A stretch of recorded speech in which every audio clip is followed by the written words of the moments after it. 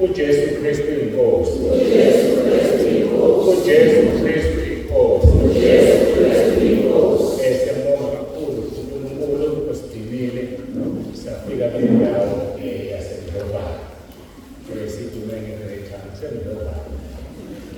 Siyabonga kakhulu uNkulunkulu ngethemba ubaba uMasikane Chief Magistrate uzokumelana nami egameni lakhe esilazile laseNdlovana.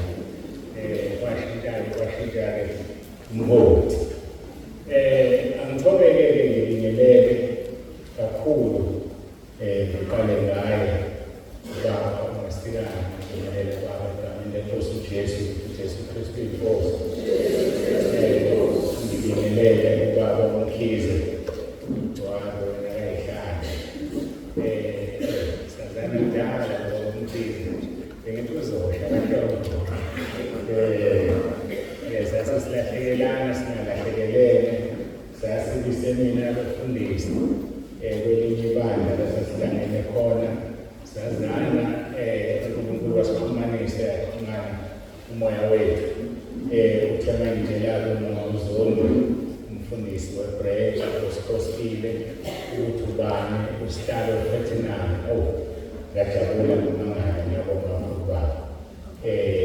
Sithi-ke isiZulu izindaba zonke zingahlangani kodwa abantu bahlangana. Angithobeke-ke ngibingelele izelo zikaNkulunkulu zonke ngokwey'khundla zazo. Ngibingelele omama abefundisikazi, omama bonke abakhona, obaba, intombi ney'nsizwa, uSunday School, umphathi wohlelo ozibingelelile naye wesithi awusekhohliwe. Kusho ukuthi bakuThembu ngiyacabanga kulolu hlobo umuvuke ekuseni uzibingelele. Ayikho icala nalapho siyabonga. Sibonge kakhulu siyamdumisa uNkulunkulu ukuba sifike sibe la kule ndawo kuleli hholo elihle kangaka elilayisha abantu abaningi. Isikhala-ke sisekhona kakhulu. Siyambonga uNkulunkulu, siyamdumisa. Sibonge kakhulu nakubaba oyikhansela okwesikhashana khonjalo, kodwa-ke kuhle ngoba ubambele indodana. Naye indodana masesibikeya kahle ibambele ubaba wayo. Wayohlala kude kakhulu. Angithole ngomsulapho usunethezekile. Indodana naye ibambele wena muntu wesiqale enkaya lesi sikhulu. Siyambonga-ke kakhulu uNkulunkulu. Noma ngiyangisanithinta-ke nonke kodwa namukelekile sesamukele uMzondo injabulo njengoba ngiyabonga kakhulu. Kusemqoka-ke ukuthi ngaphambi kokuba-ke ngiqhubeke nenkonzo kunabantu abaningi engicabanga ukuthi abangazi.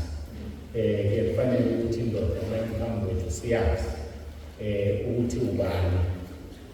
Akusho ukuthi obesibongo nokunye ngoba kusemqoka isikhathi esikusona namhlanje siyawaranta ukuthi ungamelwa inoma ubani. Ngoba uma umelwa inoma ubani uzophuma uhambe uthole umoya. Siphelile isikhathi sokufellowshipha. Bekufellowship uthengisana leli abandla nekuleli abandla ungahle ubuye uwest kunalelo okuyiyona. So kusho ukuthi-ke asibambisise sinakho isikhathi simbi kakhulu. Ubaba uNsibandeke ikhehla-ke sevela bhugalanga. Ngiyakubona ibizwi lakho selidala ngizwele ngo-2010 ebusuku-ke kwafika izwi lakhuluma izinto eziwu-4. Angizuzisho ezintathu ngizosho eyodwa esemqoka kakhulu yaqala ngayo. Bathi ngaphela ibandla lami ungagijimisi igama lami, ungagijimisi imali ngegama lami likaJesu njengoba abefundisi bethu. Kusho ukuthi-ke ngangine kwi-instruction ezigijisa khona lapho. Kwase kusho-ke kwabo-4. Ngapho ama-ke ngalalela ngathula-ke ngenxa yokuba mfushane-ke ekholweni. Ngahamba-ke ngayozisisa la ngazisisa khona kwelinye ibandla. Wangiyeka nje iy'nyanga ezimbalwa wabuya futhi wathi ngithe ngakhela ibandla lami. Angishongo ukuthi ngiyela kwelinye ibandla. angifuni ukuthi uma ngikuthuka ukuthi ngizazotshela ibhishophu lami wena ngifuna uphathwe uzophathwa yimina la mangithi endaweni ethile ushona khona ingakho-ke ngithi-ke kubazalwane ngiyingombole ngitshele le ayigibeleyo ngele eJerusalema uyangisiza uNkulunkulu kakhulu ngalokho ngoba mangizibiza nengombole ngitshele kuyangithobisa lokho ngoba siyazi isilwane singathandeki esisitapola ngakho-ke usingale mina ngafunda nasesibumba singayo zonke lezo ndawo sasithi-ke thina emsinga sisakhula amarobhothi asemsiki ngoba ngakuthi uzophathana ayizosuka kufanele wena ujike ngemoko uyohamba lokho usuhamba khona so-ke ngazibiza-ke ngesilwane esibi esinenkani kodwa ngangenandaba nenkani nganginendaba nokuthi ngiyazishaya ngiyazinciphisa ukuze uNkulunkulu angasuki kumina ngoba uma usulesi simo uNkulunkulu angibeke kuso manje abadodo babulawa ukuphakama zintathu izinto sabefundisi bawiswa yibakama bawiswa imali bawiswa isifazane so-ke umfundisi egadele izinto zontathu sokuqedile and mozibuka zi-connected onemali ubathola kalula besifazane uphakama kalula ngokugadela izinto zontathu sokuqedile ayike sengibizileke uNkulunkulu ngawuqala kumsebenzi ngo-2011 ibandla liselisha kakhulu lineminyaka ewu-15 njengoba ku-2025 sikhonza-ke ngabazalwane ngiphumile lapho sengikhiphile la ngangisisekhona bangibuza-ke bathi bakunzi bani igama lebandla phela basibuza abantu sikhonzani ngathatha i-fasting ka-3 days uNkulunkulu-ke wayesenginika leli gama chapter 2 ukubona ngabe esebhaliwe ngase-ke sengimbiza kanjalo ibandla yahamba le minyaka-ke kuze kufika ku-2020 ngikhanywa ngivova ngikhishwa inkani ngikhishwa konke engangikhona ngoba ngangisebenza kukuhle kumnandi lapho bengisebenza khona ngiyeke ngo-2019 ngiyeke sengimkhulu kakhulu sengiphethe iprovinsi so-ke uNkulunkulu akasebenzi abantu abaphakeme babiza ukuthi kangiphanga ayikhiphe yonke lento le ivume ngibele ngoba nayigibele ngiyakhumbula kwakuba nekhathi singena kudla ekhaya nomama sithenga isinkwa athenga amathambo kwenziwe isobho zibhoboze isinkwa esokweni ngibuya lapho ekubeni ngase ngimkhulu emsebenzini kanti uyangikhanga uNkulunkulu udluleke kwafika-ke mhla ku-2020 kwafika i-COVID ifike u-2020 sinama-branches awu-2 kwi-main le-Richards Bay sinama-branches awu-2 uma kufika u-2020 ufika i-COVID mongameli mhla 26 March angikhohlwa bayivaliswa basethi uNkulunkulu njengoba izwe lizovalwa yenza igroup ka-WhatsApp la uzoshumayeza khona ibandla lungakhona uthando ake ngangingofuna i-WhatsApp nokho ngimelene nendlela emangalisayo ngazi ukuthi izinto ezingcolile izinto zomjolo yonke lonto leyo social media nawe uyabona isikhathi asengivumele ukuthi ngigxile kwi-social media so-ke ngangimelene nayo nanguNkulunkulu esengikhomba kulo ebandleni-ke leso sikhathi babe u-30 kuphela babe ne-WhatsApp ngabakhoqa-ke sahlangana sayakha igroup ngabuza-ke uNkulunkulu igama legroup Nkosi Sothini wathi ikhaya lezwi Home of the Way saqala-ke ikhaya lezwi ngonyaka wokuqala likhona which is 2021 ngo-March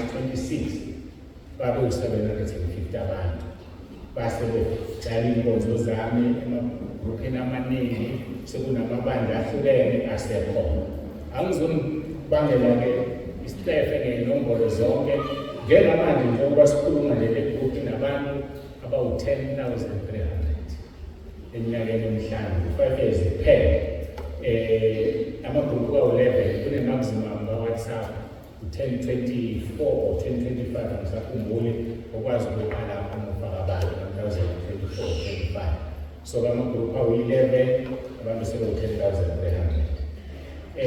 Iqalele ngo-2020. Ngo-2023 uNkulunkulu wazolela umnyango ku-YouTube, njengoba-ke nibona lokho kulaphambi kwami, inkonzo ku-YouTube. Ku-YouTube-ke sesilandelwe abantu ama-viewers more than 750 eminyakeni emibili nje kuphela, so ku-2023. Ama-subscribers 4,400 to 500 something. Bese kuthi lama-video esesiwenzile angaphezu kwa-3,000 kulo 2 years. So usuku nosuku ngenza inkonzo.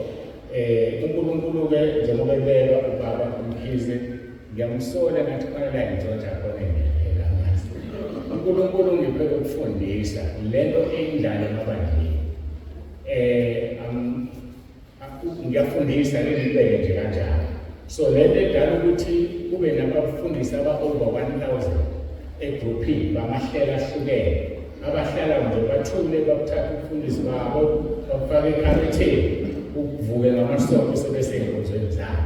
uNkulunkulu wangibeka ukuthi-ke sifundisane njengoba abantu bebaningi kangaka. Zonke iy'gaba, i-Fivefold Ministry, Archbishop, Bishop, zonke iy'gaba of-ofisi ukucabanga zikhona egroupini. So ikhaya lezwi linabantu abaningi kanjalo. Ngesikhathi uNkulunkulu esandongibiza ufuna ukulungisa lento kaJesu Kristu inkosi, ngoba ngiyazi khona abangayazi bayachaba kuthaba laba bazalwane abathi uJesu Kristu inkosi kwenze njani. Esandokungibiza uNkulunkulu ngisandiqala umsebenzi, angazi ngeke ngimtshele kwaqhamuka, ngazithola ngithi uJesu Kristu inkosi. Mangiphendula ucingo ungamusho alo ngithi uJesu Kristu inkosi. Wahamba wayambula le uNkulunkulu abasefika chapter 2 verse 11. Omqala kahle ku verse 9 lithi izwi lenkosi uNkulunkulu umphakamisile uJesu omnika igama engaphezu kwamagama onke. Ngale igama amadola ayaguqa ezulwini, ayaguqa emhlabeni, aguqa ngaphansi komhlaba. Izilimi zonke zivume zithi Jesu Kristu inkosi. Kanti izwi leli ngishoyo na, hayi wavuleka amehlo, ngayitshala lento ebandleni, ngayitshala egroupini, sekune-group engacebisa ngakho abefundisi ukuthi leli gama eliyisivumo liyigama elinamandla lidlula ukuthi mawukhipha idimoni ukuthi ngegama likaJesu Kristu waseNazaretha idimoni lithi ukuzabalaza. Kodwa uma uyowathi nje uJesu Kristu inkosi, aliphenduli liyasha liphuma lihambise emthamo. Linamandla-ke leli gama ngendlela emangalisayo, livusa abantu abafile, asikho isifo esingalapheki. Mawusuthe nje uJesu Kristu inkosi phezu kwalo mzimba, konke okukhona kuyahamba kenyamalala. So isambulo uNkulunkulu asiphe sona entabeni yendlu kaJehova kuyabonelela nasekhaya lezwi. Bese-ke uma-ke usibona siguqa, asibaphoqi abantu ukuthi baguqe. Kodwa-ke kuthe ngo-2023 uJulayi uNkulunkulu wakhuluma wathi uma ufunde eBhayibhelini ngaso sonke isikhathi indodana yami uJesu uma ikhuleka yayiguqa. Ningobani ningamguqeki? Ningcono kunendodana yami na. Waselivula-ke langulizwi amaHubo 95 elithi masondele kuyena siguqe, sikhuleke ngoba siyizimvu zedlelo lakhe, siwumsebenzi wesandla sakhe. So siyaguqa-ke kusukela lapho abaningi abebenenkinga yokuguqa ngenxa yokugula namadolo nani. Umeke waguqa kanye ethandaza, ayaphela amadolo ephila ngaleso sikhathi. So kukwena-ke ubungazi noma ungekho ebandleni, uma ubona siguqa mothanda mahlala kepho phoqile, kodwa siguqa thina ngenxa yalokho ungasikhuleka. Angazi ngikhona into engingakayikhirishi, seniyamazi-ke mhlawumbe babuzibane nezinto esikholelwa kuzo esizisebenzisayo njengebandla nanjengekhaya lezwi. Ukuhlukaniseka ibandla sentabeni yendlu kaJehova kuyabonelela, igroup ehlanganisa amabandla ahlukene, ikhaya lezwi. Njalo-ke ngonyaka sinenkonzo yabefundisi semina. Kulo nyaka izoqala mhla ka-30 September iphele ngomhla ka-2, 3 days. uLwesibili, uLwesithathu, noLwesine, sithatha insuku ey'phakathi neviki, ukuze abagqoka benkosi bakhululeke babasemagwandeni ngamasambini. So kanye ngonyaka sinesemina yokufundisa. Ngakho-ke uma bekhona bamukelekile, siyabamema bangafika sizodla izwi lenkosi size ukuthi uNkulunkulu usiphathelile. Ngicabanga ukuthi-ke konke okusemqoka sengikushilo, sizocula kancane ngithandaze bese singena-ke ezweni lenkosi. Ngalo lona lolu suku bevukele abenkosi ehlotshisa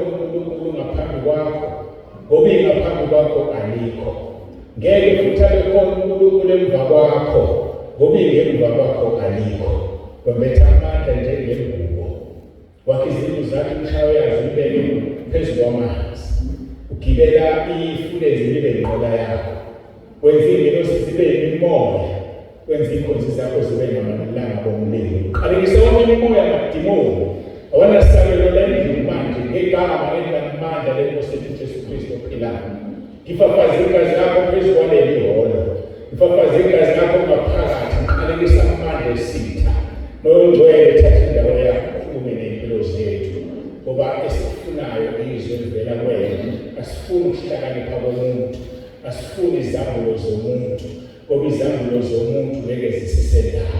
Sikunike udumo namanje, sithake uNkulunkulu ofana nawe, uJesu Kristu inkosi. Amen.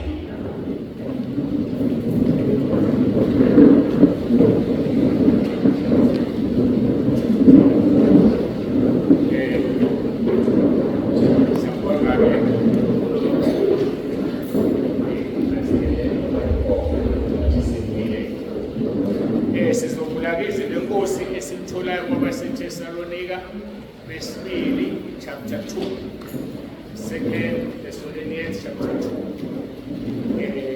Siphila esikhathini esinzima kakhulu, siphila esikhathini sokugcina. Inkosi uJesu ukhulumile ngaso kabanzi, nabapostoli bakhe bakhulumile ngalesi sikhathi ukuthi kuyoba khona ukudideka, yokhonzwa uJesu bababaningi, kuthiwe ula. Ngithe mangithandaza-ke ngithi Nkosi inofisa ngikhulume e-Great Town, wayesenginika lelizwi ngenxa yokudideka okukhona. Ngiyabonga engathi nayo le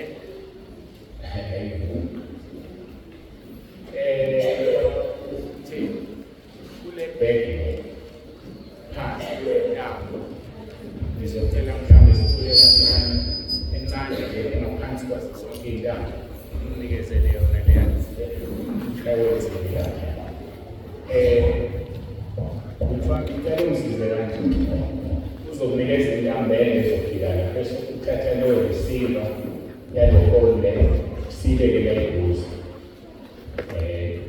Donse ngoba kushuthi yami leyo futhi kumkhulu yebo ingaphansi kwasizonke iy'ndawo manje siyathini. Ngiyaxolisa bangabe siyagula amadengezela ukuthi ngikhulume futhi ngiyayithola ayikho lezi nsizwa ezingiqoqelayo ziphethe ayisebenzi ukuthi ngizomemeza iyo leyo-ke baba, iyo leyo intambo ngicela uqhubeke yabe sirisebile telephone bese sifika leyo ngimkhumbula uJesu umhlengi, ngimkhumbula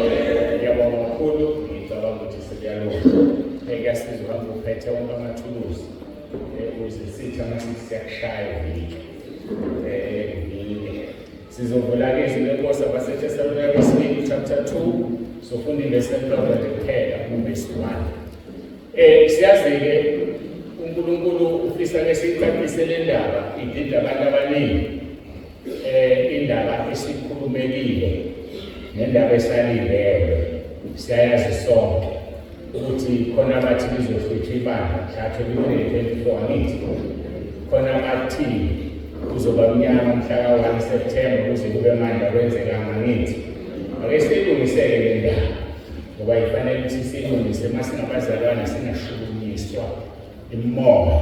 Into efanele siyazi sigaba izwi likaNkulunkulu limile aliguquki kodwa izambulo zabantu ziyaguquka. Kuya ngokuthi ukhulume nobani. lo okhulume naye-ke abesezi-introduce ukuthi ubani. Nami nje ngathi ngize ekubeni lomsebenzi wazi introduce uJesu angithi. So wonke umuntu othanda ukukhuluma unelungelo eSouth Africa ukuthi athi uJesu uthe. Kodwa izwi likaNkulunkulu uthe uJesu kodlula izulu nomhlaba lekudlule nelodwa igama akhulumile. So izambulo zethu azingaphambani nezwi likaNkulunkulu. Sizotatisa-ke ukuhlwithwa kwebandla, sitatise nokufika kweNkosi uJesu kwesibili. Sofunda indlela elilodwa. Enkonzweni yamanje sizokhuluma ngokukodwa lokho esengikushilo. Enkonzweni yesibili sikhulume ngokunye. Kodwa ngiyafisa ukuthi sifundiswe, sizwizwe ukuthi kuthini. Hayi ukuthi umuntu uthini. Ngoba umuntu ngeke asenzele lutho. Umuntu oqala kanalizwe. Umuntu akanaso isihobo. Yingakho ngihlale ngikhuluma ngithi ningisize bafowethu ningangikhonzi ngoba kunalo izwi kanaso isihobo. Thathane ngikushoyo. Uma kungasekho ezweni ningitshele ngoba ngoba sengishaye usizi. Mina uNkulunkulu ngenzela umusa kwabangangazi ngishumayela izwi. Wangitshela esandukungiza sengiqala umsebenzi bathi ungayishumayela into engekho ezweni. Ngoba kungekho ezweni uyahlaseleka. Baqhamuka abantu bethi ukuthatha ukuthi wathi ngizokhuluma nawe izinto ezingekho ezweni zingezakho lezo zinto. Akuzona ezimali. Okwebandla likaKristu akhulume ngalo ukuba umkhize hayi lasentabeni. Ezulwini alingeni igama lebandla. Hayi angiyeni. Ungena umuntu ohlanzekile igazi likaJesu.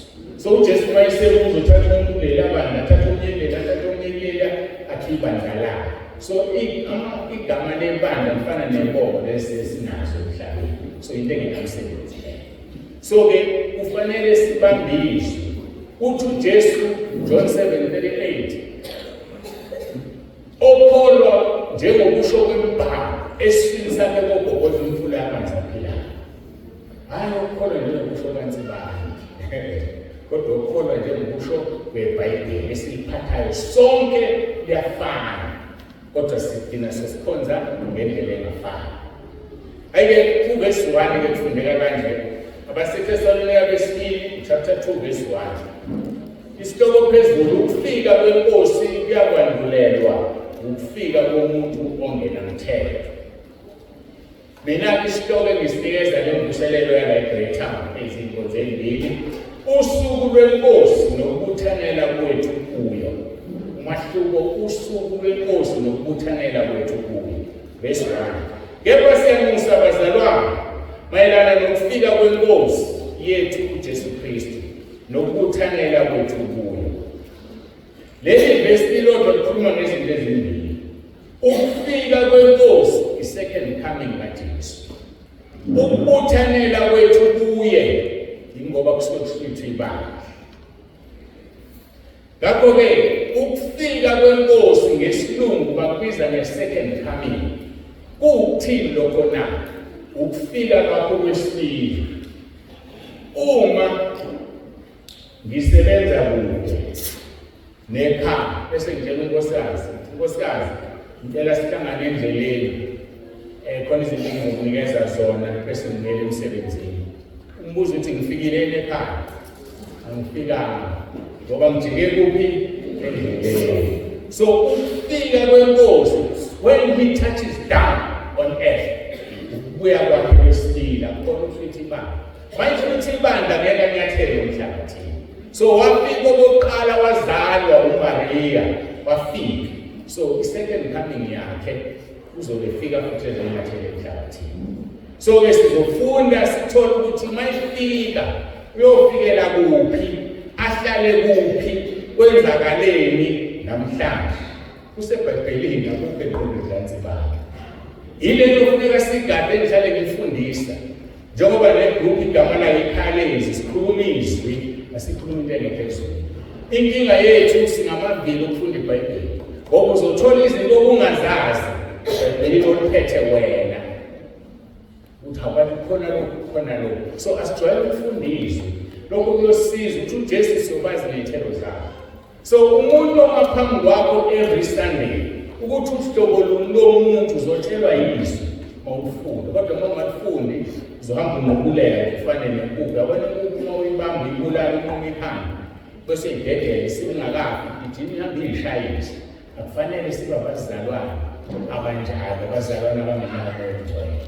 Fundiswe, uma ufundiswe kwenoveli, uthandaze ukufunda uNkulunkulu ambuke izinto ezimbi. Lithi-ke leli lizwi kepha siyanxusa abazalwane mayelana nokufika kweNkosi yethu Jesu Kristu nokubuthanela kwethu kuye. Uyini umahluko kulezi zinto ezimbili na? Sengikuchazile ukuthi ukufika kweNkosi yethu Jesu Kristu i-second coming mayifike ezonyathelo emhlabathini. Sizokhuluma ngakho-ke njengamanje ukufika kwakhe ezonyathelo emhlabathini, bese sidine enkonzweni yesibili ngokuhlwithwa kwebandla. Lokho sikukhulunywe kakhulu ngakho, esidina sinembuzo ukuthi uqhamukephi bakuthathele ngoba izwi likaqili. uJesu Kristu inkosi, uJesu Kristu inkosi, uJesu Kristu inkosi. Naleyo ngicacise-ke sizokusho lokhu sikujwayele, ngizomxolela izikhulu zami. Sihlaselekile kulamaphasika amabili adlule. Sihlaselwa lawa yadlule ama-devolution phansi. Thola abantu sebelele enkuzweni. Yangikhathaza le nto, Nkosi kwenze kanjani abantu balale enkuzweni? Bathe nganinika isikhala ukusebenzisa. So from time to time, usho 3 times ukuthi uJesu Kristu inkosi. So kuyasikusho kakhulu, sikusho nje mhlawumbe 7 times kule nkonzo. Asizulokhu sekuphila. Khathi eziwu-7 zanele, u-7 usho kuphelele izinto enkosi. So-ke wena ngakho seduze kwakho ukuthi uyasho yini, ngoba uma ingasho ukuthi uJesu akayona inkosi kuyena, uma ingeyona inkosi kuyena ukuthi i-devolution kuphela. Iqiniso-ke libuhlungu kodwa linjalo.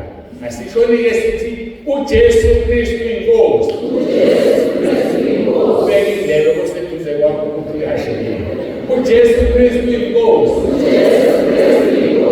Indaba emnandi masibike nadlule sibukile emafakatini kunomfundisi owayengasho ehlezi duze komzalwane othize. Lo mzalwane omkhulu wambheka wathi wathuthela ukuthi ngubani. Bayithulela nje lo mzalwane, mina phambili angazi ukuthi lokhu ngisho uJesu Kristu inkosi from time to time. Adikile umfundisi waphuma hamba. Kusho ukuthi-ke wayengomunye umoya. Isho njalo izwi lenkosi lithi umoya ungavumi ukuthi uJesu Kristu ufikile enyameni ungubamphile uKristu. Kunjani? Bazomxolela abangajwayele, ujwayeleni ngoba kuzoyisiza. Kunabazali la ekhaya lezi abangasayazi uma bengifakazela. Ingane uma igula besathi uJesu Kristu inkosi abelizane, ingane esile iklinikhi abantu abasazi. So ngimnikeza izinto ezoliphilisa.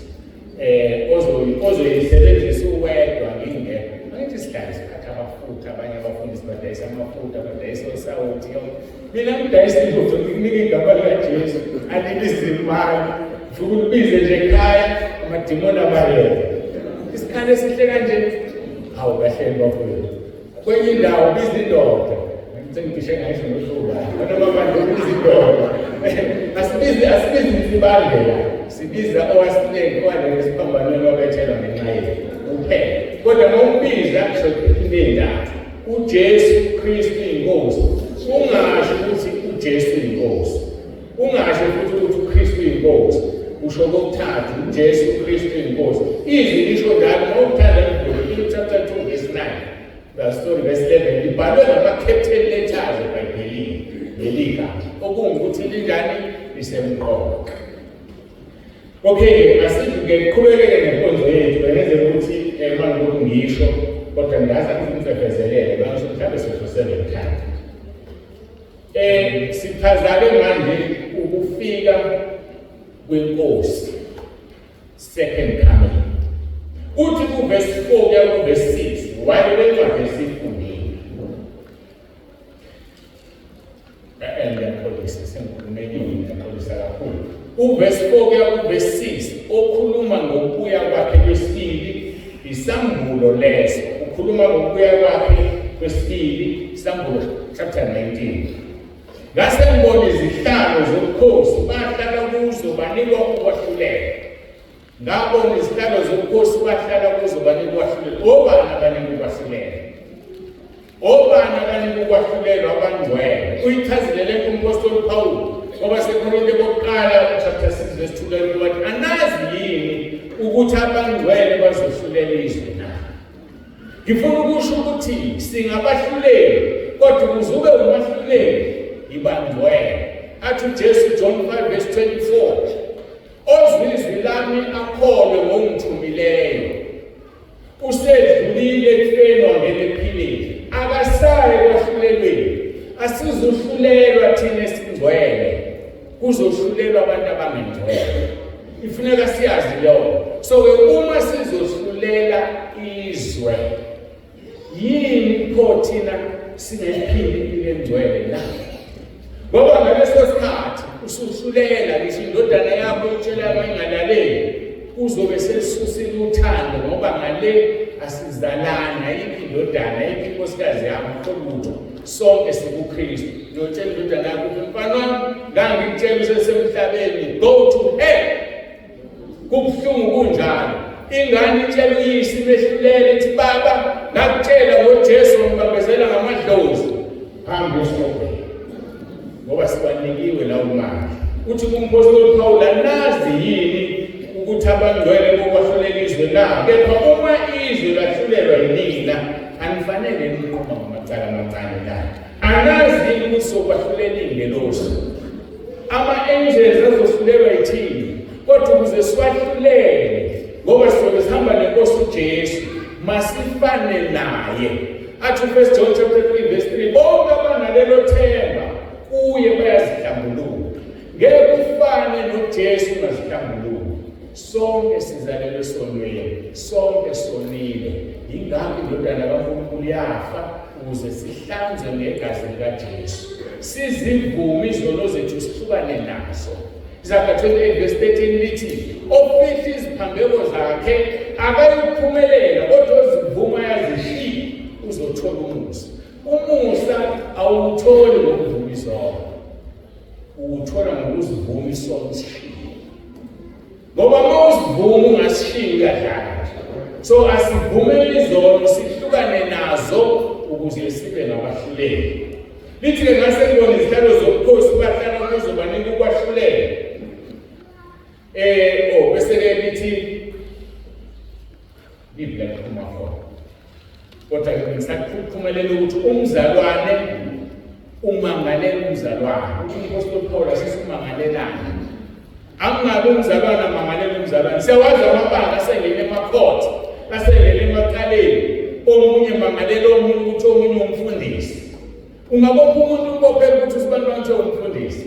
Iphela ngegrupha lelo babizana ngekhundlane bona. Ngifuna ukuyakuzona ngoba ngizobe sengingene ibandla lokuphatha ikhundla zabo. Kodwa hamba umuntu ayenkantolo uvule icala lokuthi usibantwana nje umfundisi kanti mina ngumfundisi. Kanti izwi lenkosi liqaqile lapha kuJakobe chapter 3 lithi aningabi ngabafundisi nonke ngoba nizongena ekwahlulelweni okukhulu. So kodwa isona sifundo esisithandayo sonke sifuna ukuma epolitiki. Kanti sohlulelwa kakhulu sazozilanda phambi kaNkulunkulu ngoba into esikhiphe emlonyeni wethu kufanele siphile. Akufanele ngibe yibhodi elikhombe eMaritzburg kanti lakhiwela iGreat Town alisoze lifike eMaritzburg. Abantu bathathe bafake lapha eMaritzburg alilo. So akufanele sibe abaholi abakhulumayo bengezi. Kodwa kufanele thina sibe izibonelo zomhlaba. Ngisho njalo Petro uthi ibani izibonelo zomhlaba. Kusho ukuthini kuba isibonelo somhlaba? Umuntu angabe isibonelo nezivini. Umuntu angabe isibonelo uma elusinkomo cha. Kodwa inkomo ingaba isibonelo enkomeni. So uphawu ukuthi nathi singabefundisi sizimvu njengabazalwane. Asikwazi ukuthi singabi isibonelo ngoba siyafana nabo. Sinikwe isimo ngofunda kwaseRoma chapter 8 lithi uNkulunkulu labayibaze ngaphambili wabanika isimo sokuthi bafane nendodana yakhe laba bamise ngaphambi kwasebangcwelisi. So sifike emhlabeni singcwelisile, sifike emhlabeni siclean. Athi kuJakobe ingakampumbi ngakwazi ungakaphumi esizalweni ngakungcolisa ngokwemprofeti. So sinezinto esizinikeziwe njengoba eshilo kumkhize sizinikezele ukuba nazo kodwa ukuze kwakhiwe ibandla likaKristu. So ngokuba nento enikeziwe usazophendula phambi kaNkulunkulu ukuthi le nto engikunike yona wenzeni ngayo. Bese uNkulunkulu isimanga exactly le esiyenzayo. Ngicela amaklabishi lapha impompi yamanzi. Ufuna ukuphelela le klabishi awukwazi uyablowa. Uyaphoqelela ukuthatha amanzi uwanike ipayini. Awufuni uwanike ipayini. Ufuna elapha kodwa ufike kunike lo uze lo wathatha waselapha. Kunabantu phakathi kwethu uNkulunkulu ababusisile. Akafuni ukubabusisa. Ufuna udlulisa isibusiso sisebenzo yakuNkulunkulu. Bese ungasidlulisi wena uzobona ufana naye. Mhlawumbe umakhelwane wakho uyahlupheka. Ingane yakhe ayifuni. Unalezi inkinga wena waye esikoleni uNkulunkulu abese kubusisa kahle kahle afuna ukubusisa wena. Ufuna wena usizele yangane ngenxa yokuthi basizile. Nawe uzothi usungene ezulwini kodwa bengenandaba nawe. Unendaba nawe. Ngakho ngamanye amagama masithandaneni sinikezane uthando umuntu uNkulunkulu akubusise ngakho qalaza eduze kwakho ukuthi ubani oyidingayo lento enginayo umnikeze.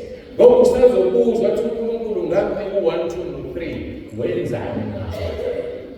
Ngoba sonke njengoba sithunyiwe kodwa kufihlakele engqondweni zethu ukuthi sithunyiwe. Uyedwa umuntu owaziyo ukuthi uthunyiwe owafika emhlabeni azi Inkosi uJesu.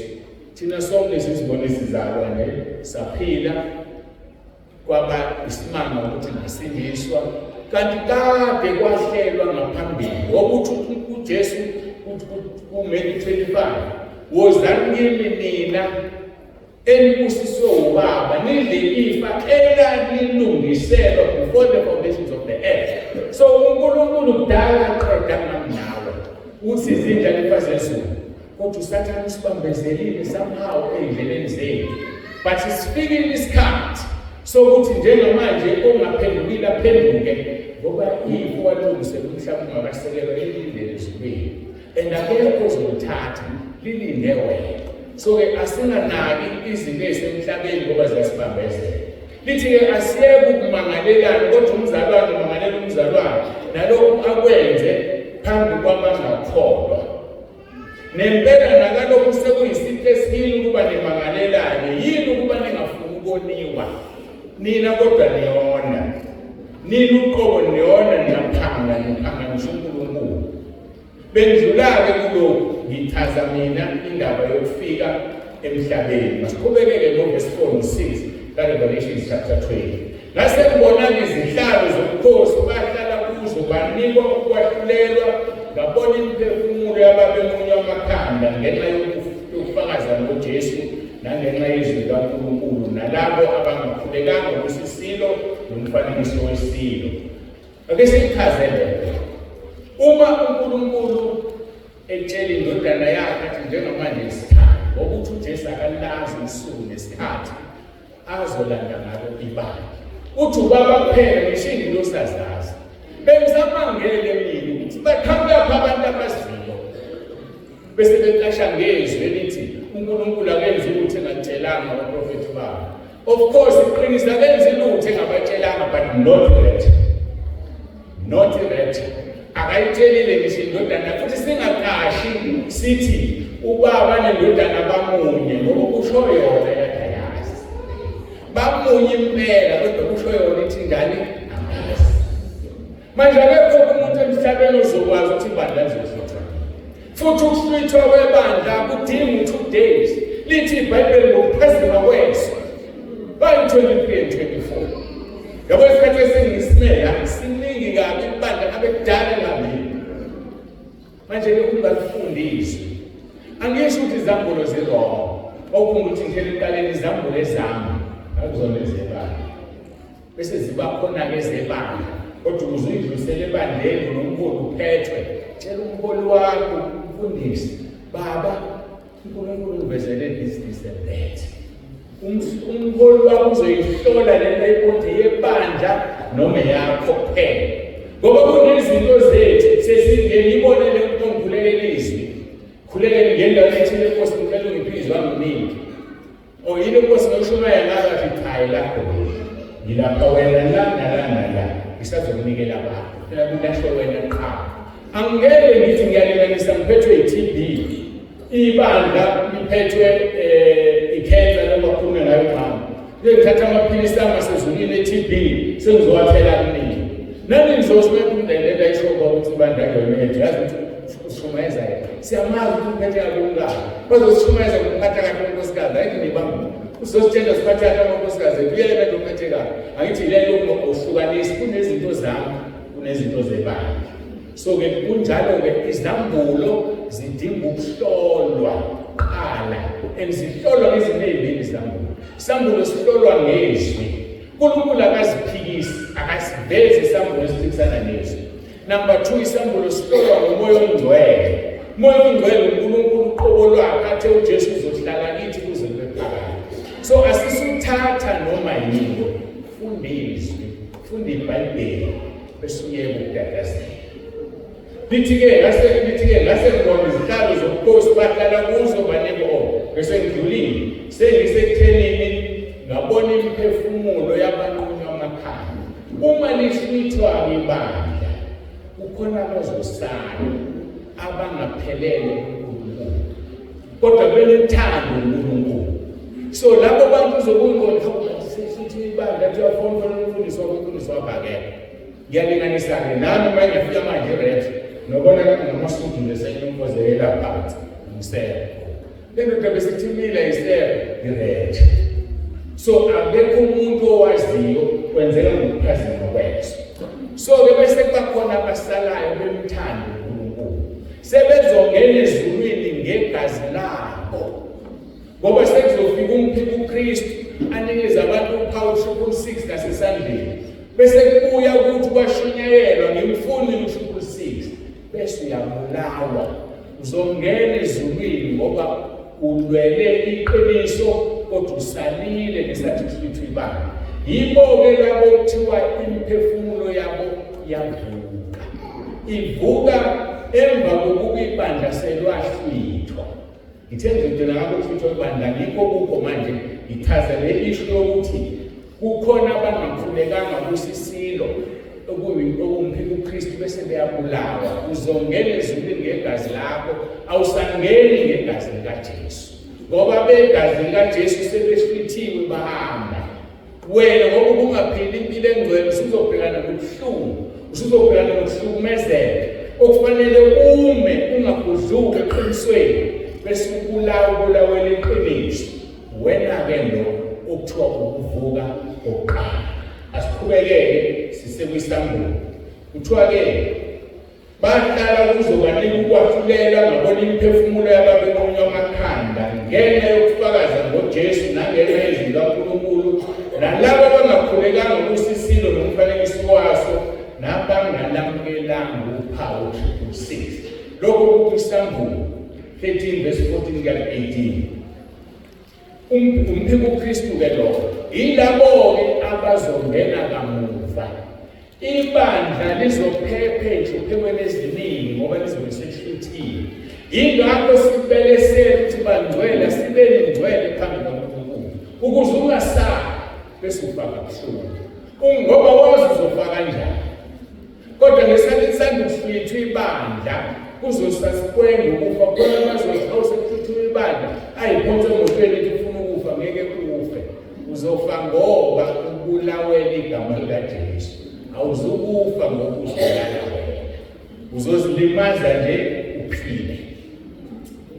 So ke isikhathi esinzima leso esibiza ukuthi umuntu nomuntu azihlambulule, umuntu nomuntu azingcwelise phambi kaNkulunkulu. Bese kuthi-ke labo abangalamukelanga uphawu lwesilo esandleni sabo bavuka-ke baphila babusa kanye noKristu iminyaka eyinkulungwane. Ngithemba ngikhumbula ukuthi kukhulunywa ngeminyaka eyinkulungwane yokubusa. Ngikuthengise lapho kukhulunywa nge-second coming.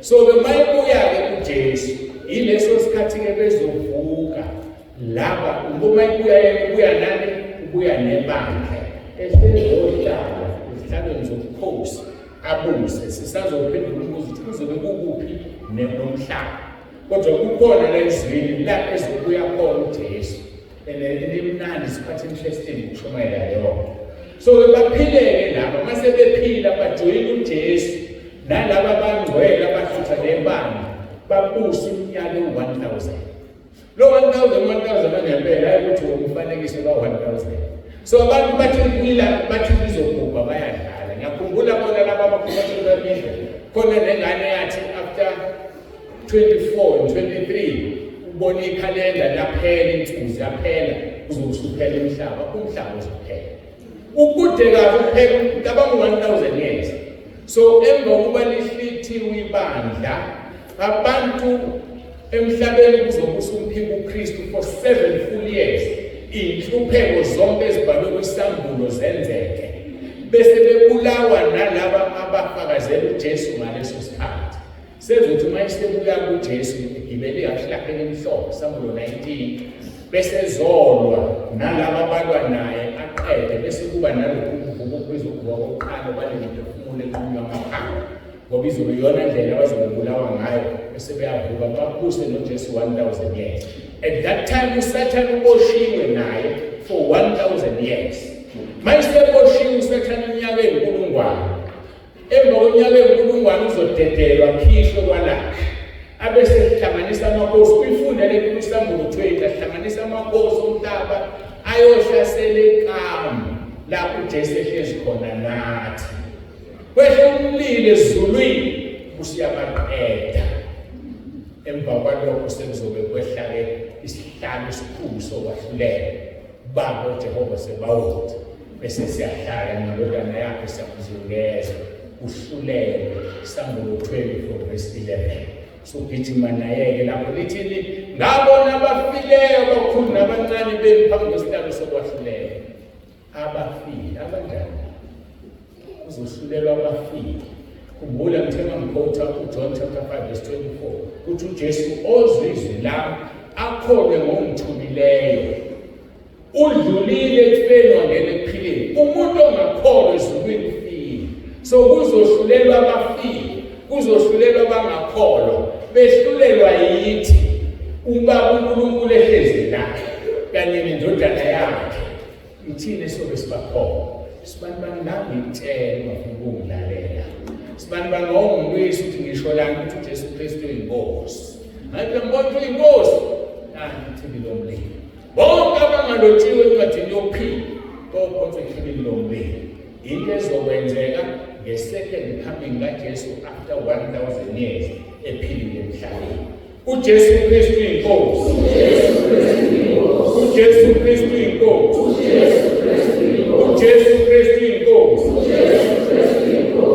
athi-ke uverse 6 weSambulo ubusisi ungcwele onesabelo ekuvukeni kokuqala kubizwa ngokuvuka kokuqala ukuvuka kwalaba bantu ngesikhathi kuhlithwa ibandla abasemathuneni bonke bovuka kuqala sihlangane emafwini sihlangabeza inkosi kodwa lokho kuzobe kungabhalwa ngokuvuka ukuhlwithwa kwebandla ukuvuka kokuqala ukuvuka abantu bevuka bezobusa noJesu labo abafe bebulawe iqiniso kuthiwa ukuvuka kokuqala uthi kuJesu usisi ungcwele onesabelo ekuvukeni kokuqala ngoba phela usuke sesalile kusithi ibanga senechance yakhe yokugcina ebuhlungu kodwa yokumela iqiniso ngoba bonke abantu mongena u-666 zokungasakwazi ukuthenga isitolo mongena u-666 awusakwazi ukungena ebhenki imali yakho iphelela khona uzobulawa indlala ufe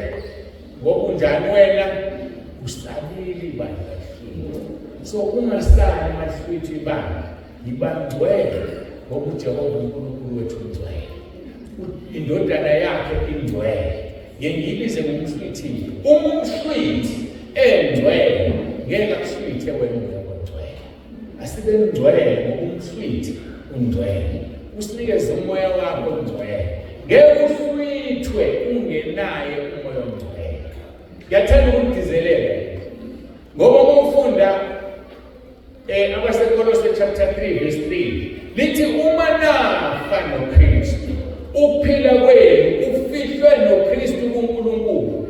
Athi umpostoli Paul akusemini ophilayo, uKristu ophila kini. Why?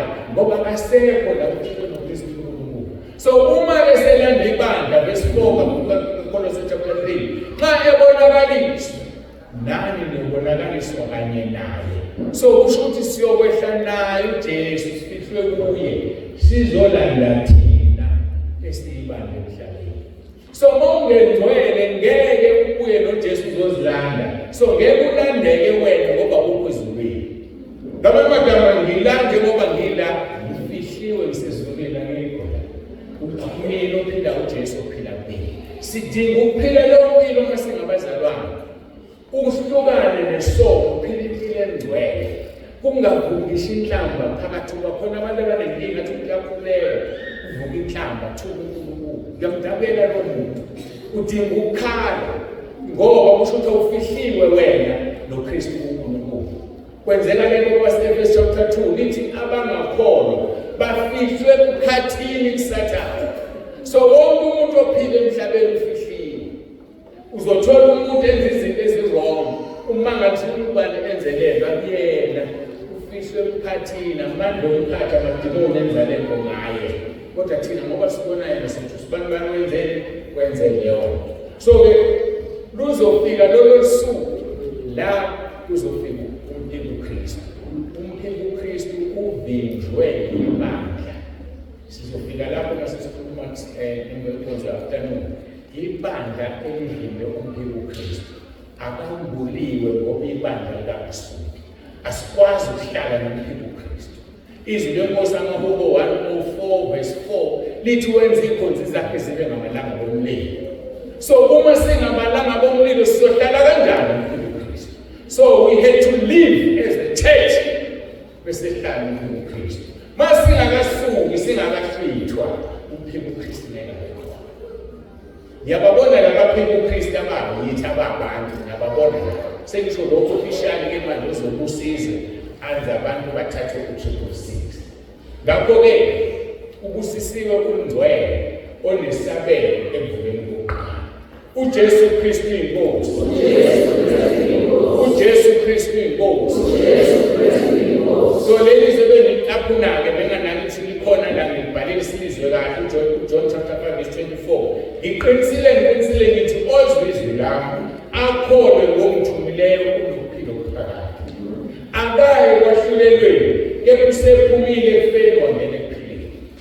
So uma sisindiswa siyaphuma ekufeni singena ekuphileni. Uma sikholwa inkosi uJesu, masimvuma uJesu ukuthi uyinkosi. Yabantu ngoba ayithandi kancane masithi uJesu Kristu uyinkosi. Siyamvuma ukuthi uyinkosi. Iselele sisamvuma wathi uJesu namhlanje izoba nawe paradise. Yazi ukuthi uma ngafika iretha manje akhona wethu ozosala la othe uJesu Kristu uyinkosi. Ngoba uma simvuma kusho njalo Roma 10 verse 9 uthi uma umvuma ngomlomo wakho ukholwe enhlizweni yakho ukuthi uNkulunkulu wamvusa kwabaphela uyasindiswa. That is full salvation. Iselelesi sathi sinye kwesinye sisathi uJesu uMungu Kristu yehla esiphambanweni usehlise nathi. Sasisithi esinye ushona lokho ngoba nganasono thina sila ngoba kusifanele. Sasijikela kuJesu sathi Jesu isikhumbulo lesola. Sasivuma ukuthi uJesu inkosi ngoba akekho umuntu onombuso ngeyona inkosi. Akekho umuntu omfundisi engenalo ibandla. Ayikho inkosi ngenasisizwe. So umiselele sithi Jesu uNkulunkulu embusweni wakho savuma ukuthi uJesu inkosi singamazi uRoma 10 ngambali uPaul. Mase simvumile ukuthi uJesu namhlanje uzoba nayo. So lento senza uma sithi uJesu Kristu inkosi, we are preparing for rapture. Engenzeka noma yini ayinalamadate abawakhuluwini. Ingenzeka namanje noma yini akekho owaziyo ngayo. Ubusisiwe ohlezi olindile.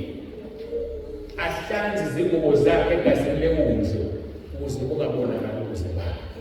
Asihlalele isilungile bafowethu uzobuya ndengesele. Kodwa-ke asikho lapho kakhulu kule nkonzo sikhuluma ngokubuya kwakho kwesibili enyathela emhlabeni.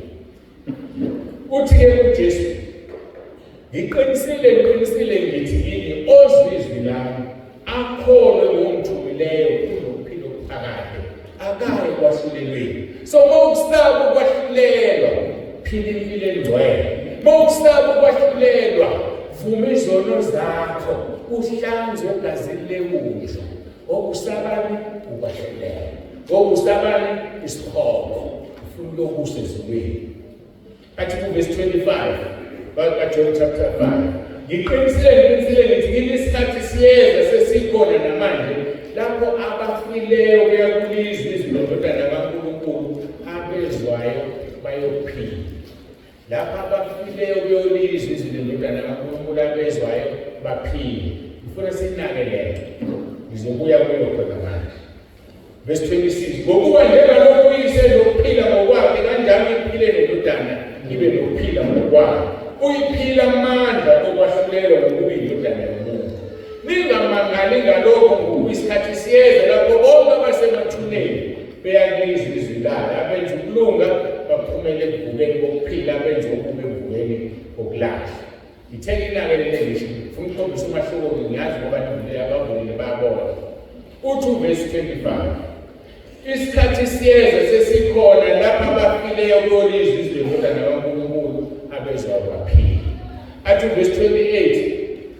Isikhathi siyeza lapho bonke abasemathuneni u25 akushuka abasemathuneni abafile bazolizwa izwi baphile.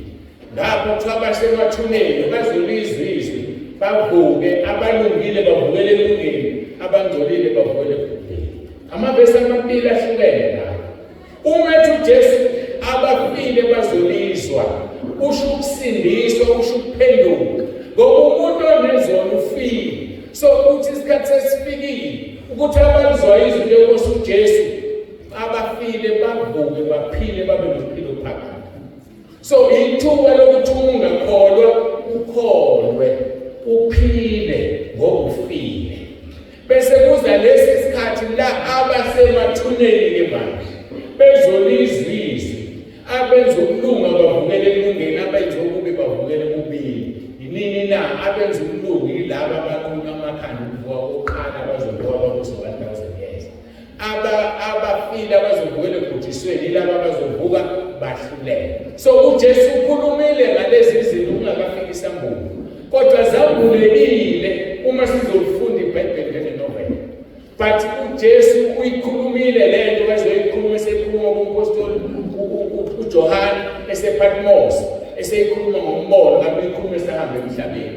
Wathi isikhathi siyeza ukuthi bonke abafile babelizwe izwi lami bayophila. Uyaphila wena na. Uma uphila uphilela abantu. Uzwile izwi lenkosi yalizwe ngalenza. Usisiwe oluzwayo lenza. Ngokufaniswa nendoda yaphindza edwaleni. Zithi mayifika imvula kufika ikhukhula phezu kwalenza inukuwa. Ngoba wenzani? Wenza izwi. Uzelwe ngezwi. Imbewu engaboli, imbewu engaboli. Ngoba izwi kaNkulunkulu limile imvula phakathi. But sekuza lesi sikhathi-ke abasemathuneni bazolizwa izwi. So i-rapture ayizuzwa muntu. But laba bazozwa izwi bavuke ingoba esezothi thatha esekuyo kwesibili emhlabeni. So lezi zinto ezimbili uMatthew 24 uhlanganisa i-rapture, ukuhlutshwa kwebandla kwahlanganisa nokwahlulelwa nokubuya kwenkosi uJesu kwesibili. So kudinga uMatthew 24 ufunde ngomoya ongcwele ngoba amavesi alikhovena athe mawungawezwanga kahle uzothatha okunye ukwenza okunye kanti akunjalo. Jesu uyicacisile lento kodwa uyicacisa kahle ngomoya wakho ongcwele. Ngakho-ke siyohlulela kanye naye. Elinye ivesi elicaciso kwahlulela naye funda uJuda chapter 1 verse 14. Sesithi uchapter 1 uJuda akanayo ichapter. uJuda yena amavesi kuphela. So sesithi-ke uchapter 1 verse 14. Uthi verse 14 u-Enoch ongowesikhombisa kusukela kuAdamu waprofetha ngabo wathi bheka inkosi yeza nabangcwele bayo abayizigidigidi ukuze yahlulele bonke ijezise bonke abangamesabi uNkulunkulu ngenxa yemisebenzi yonke yabo yokungahloniphi uNkulunkulu abadalela ngayo nangawo onke amazwi akhuluma izolo ezingamesabi uNkulunkulu eziwakhulumile. Inkosi izofika nani nezigidigidi zabangcwele. Ithina labo sesizohlulelizwe kade sindani sesifithile lo uthando umuntu omaziyo okufanele umhlulele umkhombisa kokuyini yokusukhomba noma umama wakho noma ubaba wakho noma ingane yakho okuyikhonzile emhlabeni ngafuna ukulalela wena uzokukhombisa kokuyini ngoba uzokuhlulelizwe futhi uzokususilele uNkulunkulu ngekutheme ngeke uthi awengane yami le yokusitshela ngesikhathi ngangitshela umlalelana naso so sizohlulela izwi uthi lokho uJuda chapter 14 sofika sizigidigidi sizohlulela izwi sihlulela kanjani na sizojezisa bonke abangamesabi umuntu ongamesabi uNkulunkulu yilo owenza izinto sengathi uNkulunkulu akekho. uNkulunkulu uyabona lento yenzayo wedwa lento uNkulunkulu yenzayo wedwa phansi kwengubo uyabona lento ayenze ehlathini uNkulunkulu uyabona. Imvelo iyabhala, imvelo iyarekhoda, yonke into yenzayo it's recorded. Umufunda lapha ekwakho sekwahlulelwe kuthiwa izincwadi zavulwa nenye incwadi yavulwa ngeyokuphila ongafunyaniswanga elothiwe igama lakhe engalotshwanga ukuphila okusithini lomlilo alotshwaneni amagama na eyini lento lena ngazi leyokusukela kanti afanele ekusekhoneni umfundisi ambulo ithi chapter 13 verse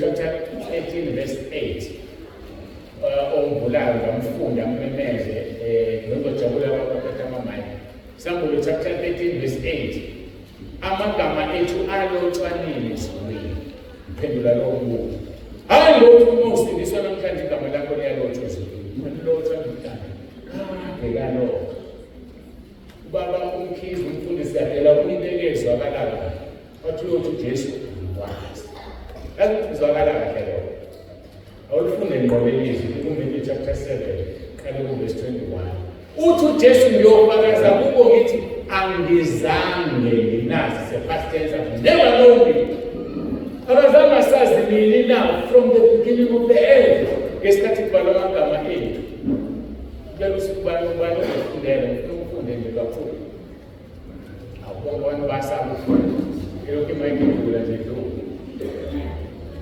Samuel 13 down to verse 8. Bayakukhuleka kuso konke abakhileyo emhlabeni bonke okumalapha lingalotshwanga encwadini yokuphila yeWohlo elihlatshiweyo selokwasekelwa umhlaba. Awalotshwanga ngenamagama abantu selokwasekelwa umhlaba lelungu lahlatshaneni ayawuphinda abazwa lahlatshaneni iwundlu alotshwaneni amagama laqale lahlatsha iwundlu ayeseyalotshwa amagama uJesu wasifela emhlabeni sase siyalotshwa encwadini yokuphila umhlaba ongekho yikho ethi kuJeremaya ngingakakubumbi ngakwazi moyilalela lekwazi umoya kahle hle mase ngitshela sasisezulwini thina sihlezi naye usithumile emhlabeni one by one sokwenza umsebenzi wasihlela uthi uPaul bozalwanini obabungidi bazalwanini obaphiliza bazalwanini obabubhelu nobani kwaze kwazofika thina ukuze ithoshi lemvuselelo ithoshi levangeli lokulihamba kodwa amagama lothi umhlaba ungakasekelwe newundlu lahlatshwa uJesu wafa before the foundations of the earth mfundele baba uliphile Samuel 15 verse 8 bayakukhuleka kuso bonke abakhileyo emhlabeni wonke ogama lakhe lingalotshwanga encwadini yokuphila yewuke hlatshukela selokhu kwasekelwa umhlaba. Selokhu kwasekelwa umhlaba. Ngathi niyezwa ke bazalwane. So igama lakhe alilotshwa namhlanje ngathi lokuphila. Inkinga ongayenza wena ukuthi ucishe. Alicishwanga izono zakho zenze ungenalwazi. But the day usindiswa wakonfirma ukulotshwa kwegama lakho. Mawuhlehlele emuva manje wenzani? Uyalicisha.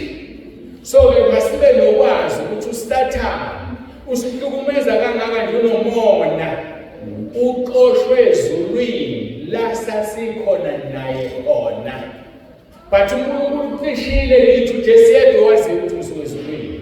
But mawuhlanganisa imibhalo uyabona ukuthi sisuke ezulwini kahle hle. Kodwa besingazi ngoba uthenga kaSibungu wayesazi esazisikuphi. Olo amagama ethu sikuphi? Sinayo ngalo magama umoyeni. So asimkhonzele uNkulunkulu singalaleli uSathane. Sathane unomona ufuna ukosha nathi esikhogweni. Wona waxoshwa ngathina. Asisifuna ukuxoshwa. 2 Samuel chapter 14 verse 14 lithi lenkosi ukufa thina sinjengamanzi achithwayo masifa ngenakuthwa. Kodwa uNkulunkulu akachithi ukuphila wenza umxoshwa angabi umxoshwa kuyena. Asisuzenza ngabaxoshwa thina iqobo lwethu. Masimkhonze uNkulunkulu siphile impilo engcwele. Sihambe ngokungcwele. Ngoba amagama ethu ezulwini.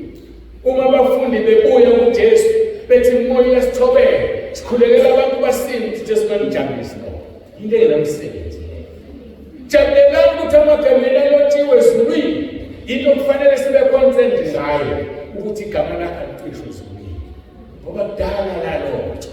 Imisebenzi siyabona bengiwenza ukushumayela ngeke ngaphambi kwena ebhulini ezulwini. Akungenisani ezulwini. Futhi akwenziwe ezulwini. Le nto eyenza nenhlezi phansi ukudumisa. Into esoyenza ezulwini hayi kushumayela. So le nto eyenza ngeke ingenise ezulwini. Naba kaSathane bashumayela. Nabanye amadimoni bashumayela. Sengichaze kaningi le ukuthi nomjaji umfundisi ngentshumayelo. Ngoba wazi amandla ashumayela ngawo kwathathela. Sishumayela ngamandla athize bafowethu. Yikho uMpostoli Paul Philippians chapter 4 verse 13 athi nginamandla okwenza konke ngayo uNkulunkulu. Wonke umuntu owenza into kunamandla nawo. Ngiyilinganise ngeredio. Uthatha iredio. Iredio isigubhu lesi. Usiphumela lapha kugesi. Sithi sinethe eziwu-100. Sizokunika ithe eziwu-100 angithi. Uma ugesi uhamba uthenga amabhetri ufaka amabhetri. Sisazokunika ithe eziwu-100 futhi angithi. So ke uma uSathane emhlabeni ibandela manje. Ngizoshumayela ngale ndlela engishumayela ngayo noma even more. Ngoba uSathane usefake eminye etrapini. Umfundisi othwele izwi alikhulumayo lihamba nomoya wokuthwala, lihamba namadimoni. Ngoba amandla akhe walanda amadimoni emthwele. Umfundisi ongathwele esebenza ngomoya ongcwele, izwi alikhulumayo lihamba nomoya ongcwele. So ukushumayela kulutho. Lo Jesu kade lambile ezilula 40 days. uSathane weza nevesi ezomshaya ngalo. So ivesi alisithusi. Ivesi lengamsebenzi. Sifuna ukubona ukuthi uyiphinda lento ayishumayelayo. Ngoba kufanele into ayishumayelayo uphile bese sikulandela isithi ukhuluma iqiniso. Mayihlula into ayishumayelayo, ukhuluma izinto ezingenzeki, usitshela ngerapture engekho, usitshela izoba mnyama emhlabeni engabe mnyama. Kusho ukuthi ukhona umuntu umbuso osebenzela ngokuthi uJesu ngeke kudlule nagamana linye lingenzekanga kodlula izulu umhlaba. Athi uNkulunkulu kuJeremiah 1:12 ngiyalilinda izwi lakho ukuba likwenze ngikushilo. Akashintshi imseshintshile manje. Umethe irapture ezowuyena siyaziwa yithi manje. Asimazi lo uNkulunkulu. Asimazi ngeke futhi simazi. Asihlalele ezwini bafowethu sifundiswe. Mawufundiswe litho wenza izwi uzome ngonaphakade. Izwi lizokwenza ume ngoba izwi ulizwi. Ulizwi uNkulunkulu. Ulizwi wayeNkulunkulu. Ngaphandle kwalizwi akuphelanga lutho emhlabeni. Ulizwi uJesu. Iphelele imfundiso uJesu. So jwayelana nezwi lenkosi. Jwayelane nokuzamula. Jwayelane nokukhuleka. izinto sizilanda emadolweni, amandla siwalanda ngokuzela ukudla, amandla siwalanda ngokuguqa, sikhothama kodwa izulu nomhlaba.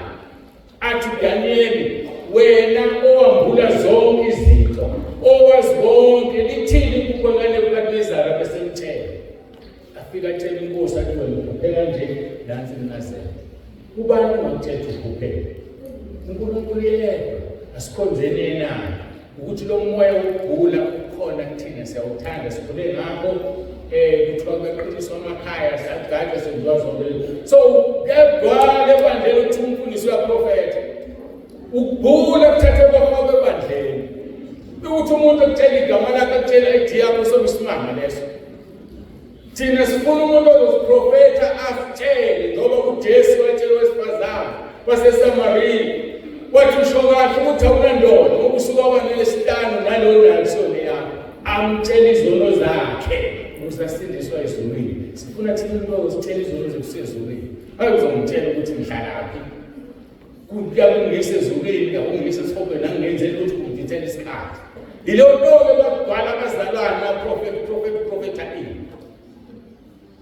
Ake sikhonze uNkulunkulu, sifundiswe okholwa njengokusho kombhalo esini sakhe lokho kwezimfula amanzi aphilayo, that is John chapter 7 verse 38. So-ke kuyoba njalo-ke ukwahlulelwa kwezwe. Ngokugcina inkosi-ke emva kwelantshi sizokhuluma ngokuhlwithwa kwebandla.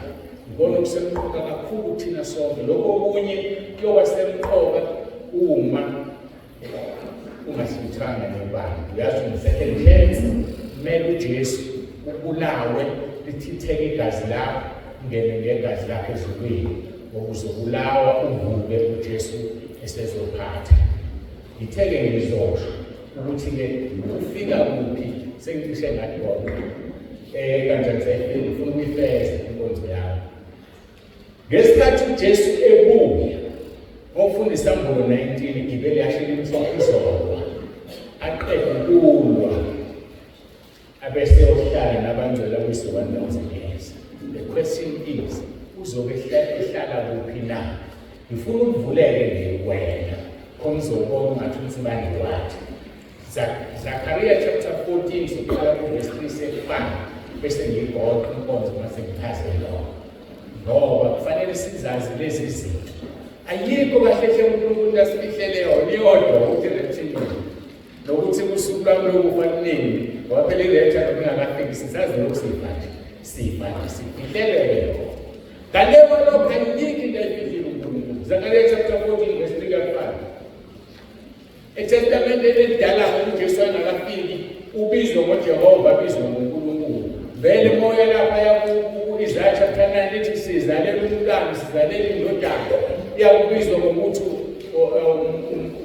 umahluleli omangalisayo, uzobizwa ngokuthi uNkulunkulu. So igama lakhe lela lishintshile, igama likayise linde lakhe. Uthi-ke uZakhariya 14 verse 3-5, uJehova uyaphuma alwe nalabo bezizwe njengasosukwini lwempi yakhe ngosuku lokulwa. Lokho sikuthola kwiSambulu 19 verse 11 to 21. Nangoku verse 4, izinyawo zakhe ziyokuma ngalolo suku entabeni yenqumo ephambi kweJerusalema ngasempumalanga. Izinyawo zakhe, that is the second coming. Izinyawo zakhe ziyoma phezu kwentaba yenqumo ngasempumalanga neJerusalema. Bese kwenzakalani na? Intaba yeminqumo iqhelezeke phakathi ngasempumalanga nasentshonalanga, kube isigodi esikhulu. Ingxenye yentaba iyoqhekezekela ngasenyakatho nengxenye ngaseningizimu. Niyakubalekela esigodini sezintaba zami, ngokuba isigodi sezintaba siyakufinyelela e-Aseli. Yebo, niyakubalela njengalokhu nabaleka ukuzamazama komhlaba ngezinsuku zikaUziya inkosi yakwaJuda. Lapho kuzakufika uJehova uNkulunkulu wami nabo bonke abangcwele. Hayi baBhayibheli liyahlangana neminani. uJehova uNkulunkulu wami, basho uJesu, uzofika nani nabo bonke abangcwele, ebuya nebandla ezohlala 1000 years. Asiphinde verse 5. Niyakubalekela esigodini sezintaba zami, ngokuba isigodi sezintaba siyakufinyelela e-Aseli. Yebo, Niyakubaleka njengalokhu nabaleka izilabazana bomhlaba ngezinsuku zikaMusa inkosi yabaJuda. Lapho kuza kufika uJehova uNkulunkulu wami nabo bonke abangcwele kanye nawe. uJehova uyakuba inkosi emhlabeni wonke ngalolo suku. uJehova uyakuba munye negama lakhe libe linye. Yilesi sikhathi phela uJesu sebusa lo 1000 years. Umhlaba uzokungakazi ukubhuba. Ake sishayele lelo sithi ngifuna ukuthi ngime la. Ngiyipractice kahle iningi. uJesu enze njani? Amephezulu kwentaba. Lithi-ke uJehova isiyavuleka. Ihlehle ithi, iphinde ihlehle ithi, kwakheka isigodi. Ila eyofika khona sihlale khona nabangcwele. Lelo kamu esiyohlala kulo sibusa iminyaka 1000. Akaze ngiyathele umuntu. Akaze hlale umuntu. Uyophendula ngathi that is the second coming bese kuvuleka yonke into. Ehamba nobani nabangcwele. Sihlale 1000 years nasiqeda ukuhlala 1000 years. Hayi bese uJehova sebawuduba nezihlalo zonke uzoshulela umhlaba. Mawuqeda ukwahlulela isikhoko neHades nabangeke incwadi nophila baconcentrate nomlilo besakhe izulu elisha nomhlaba omusha sithandaza.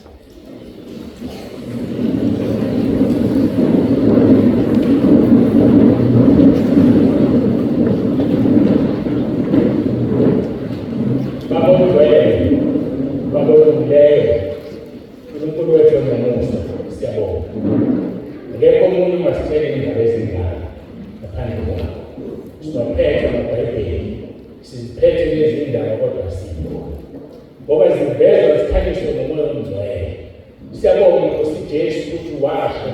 Wathi kufanele ukuthi ngihambe ukuze umoya omngcwele afike. Ngoba ngeke afike uma ngisekhona. Wathi umoya omngcwele ucelela kuBaba ahlale kimphakathi. Siyabonga umoya omngcwele ukuthi asifundise enye inkonzo yakho ukuthi usifundise ngakho konke. Usitshele lokho kuzokhulunywa ekhaya uphinde usibiyele ngokuzayo. Siyabonga Nkosi nabantwana bakho abafikile ngiyacela ngithandaza. Kungabi bikho noyedwa phakathi kwabo Nkosi uzohamba ngasiphethe isibusiso sakho. Uzohamba ngaphethe lokho ufisa kwazi namhlanje. Singashukunyiswa abantu, singadlala abantu Nkosi besitshela izinto nemicabango yabo nezinto abayifundiswa uSathane. Ushike ezini lakho wathi uSathane azama ukuziqula ezindleleni sokukhanya. Kanjalo nabapostoli bakhe bazenzile sokukhanya. Ushilo ukuthi uDuteronomy wathi umprofeti ethi wena ngithele leyo ingenzeki uqamba mama umprofeti wamanga. Kodwa uma ekhuluma ethi wena ngithele sekwenzeka sokuhlonipha sazi ukuthi ukukhuluma izwi lakho. Siyabonga Nkosi ngoba uziphile wena. Awuvumelani nabantu ngoba nakho bethi batshela wena noma nakho bethi baxoxa nawe wena uneproject yakho yaziwe ilungisile umhlaba ngamasekela. Wayiloba yagcwala izwi lakho. Wathi uyalilinda izwi lakho ukuba likwenze uthume khona. Siyabonga uNkulunkulu wethu ngomusa siyakudumisa ukuthi usinike ivangeli eliphilayo. Ivangeli abangalifuni abangakhozi. Abangalifuni abahluleka ukuthi bathi uJesu Kristu uyinkosi. Kodwa usinikezile lona ngoba ivangeli lakho alishinthi. Yilo lelo sibona kuzenza uthuna manje kuseyilona leli. Siyabonga uNkulunkulu wethu sisize sihlale singcwele. Sihlale silungile. Silungele ukuya kwakho uzolanda ibandla. Ngiyabonga uNkulunkulu wethu ngalesi sikhathi. Ngiyabonga uNkulunkulu wami ngenzele umusa. Ngingelutho. Ngingcolile nami. Ngiyisona esikhulu. Kodwa usubeka lezi ndaba kuleli mzimba kulomzimba nalolu daba. Ngiyabonga Nkosi ngisize ukuba ngimthuke umzimba wami. Ingathi sengishumayeza abanye bese ngilahla ngaphandle. Ngiyathandaza uNkulunkulu wami ukuthi ungikhumbule ngaso sonke isikhathi. Ngisenze umsebenzi wakho nalapho usuphothulile. Ngiyathandaza Nkosi ukuthi ingeke zakhe ezikhona la namhlanje uzeluse uzigade Nkosi zingasheleli zingakhuluma ungekho kodwa zikhuthalele ukukhuluma iqiniso lakho zingaphambanisi izwi. Zikhuthalele Nkosi ukusebenzela zizezingeke ziwini. Nabazalwane nalabo abangezona ingcebo zakho bayizo Nkosi ngoba ngeenkambo zabo bashumayela ivangeli. Sisize sonke Nkosi sikwazi sikuthunyelwe emhlabeni sikwenze ukuze sithole umqhele wokuphila masifike ekhaya ezulwini. Sikunika udumo uJesu Kristu inkosi. uJesu Kristu inkosi. uJesu Kristu inkosi. Amen.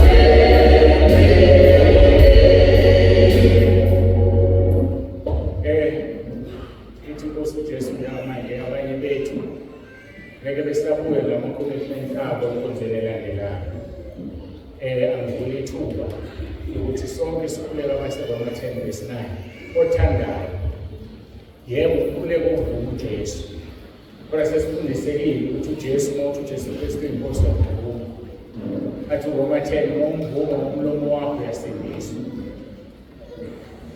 usuku lwenkosi luzangevesela asimazi ukuyena mhlawumbe ngimi la phambi kwenu manje ngeke ngilale ekhaya ngizobe sengisezulwini kangaka namhlanje kodwa ngoba ngikhule kuRoma 10 kanye nani bathi uJesu uselengisi namhlanje ngizoba nawe eparadise sizokhuleka nomkhuleko masikhuleka nomkhuleko sijoyine ibandla kodwa sijoyinela sezulwini ngoba sikhuluma ngoJesu mangikhumbula ngine ukukhuluma ngebandla ngikhaza ngisashumela ibandla ushumela uJesu ebethele esiphambameni uJesu evukile uJesu ehlezi ngakwesokunene sikababa uJesu ekuyizwe lalibandla uJesu ezoshulela umhlaba ngowethu sonke noJesu so uma lwazi usuku ngiyacela ukuthi ukhuleke nami abaseBoma 10 verse 9 ukhuleke uvuka uJesu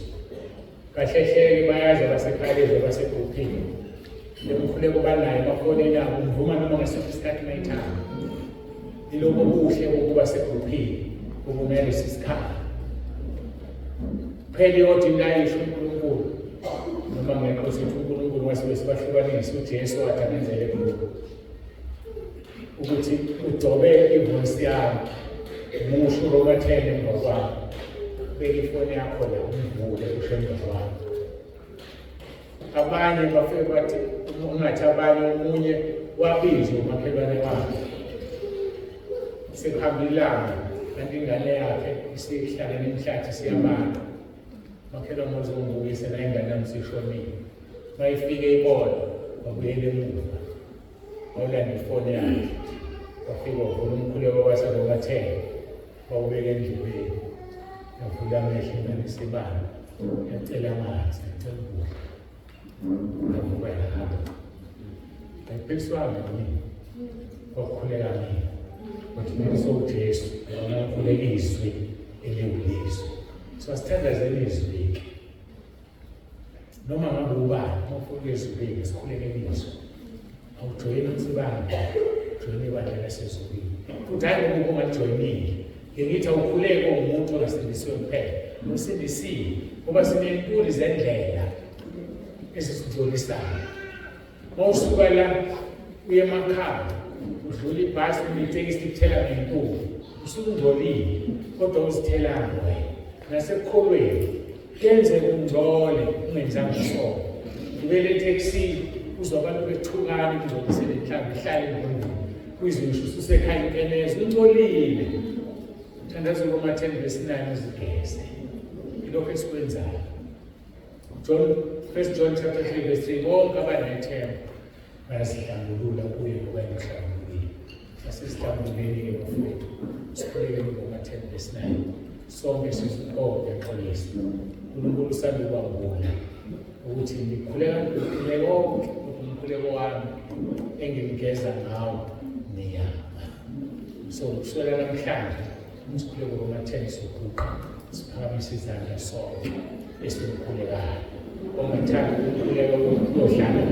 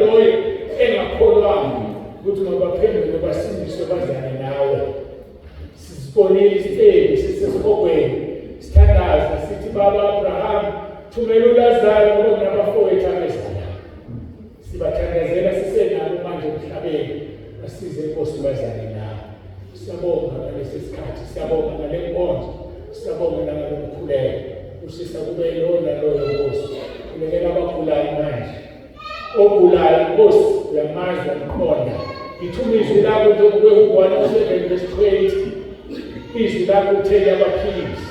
Ngilona loyo ogulayo manje uyaphiliswa. Noma isikhosini esikhona nesiqalekisa ngegama lenkosi uJesu Kristu ophilayo. Phezu kwalomzimba ogulayo uJesu Kristu inkosi. uJesu Kristu inkosi. uJesu Kristu inkosi. Siyabonga Nkosi ngoba usephilile. Amen. Inkosi ephakeme.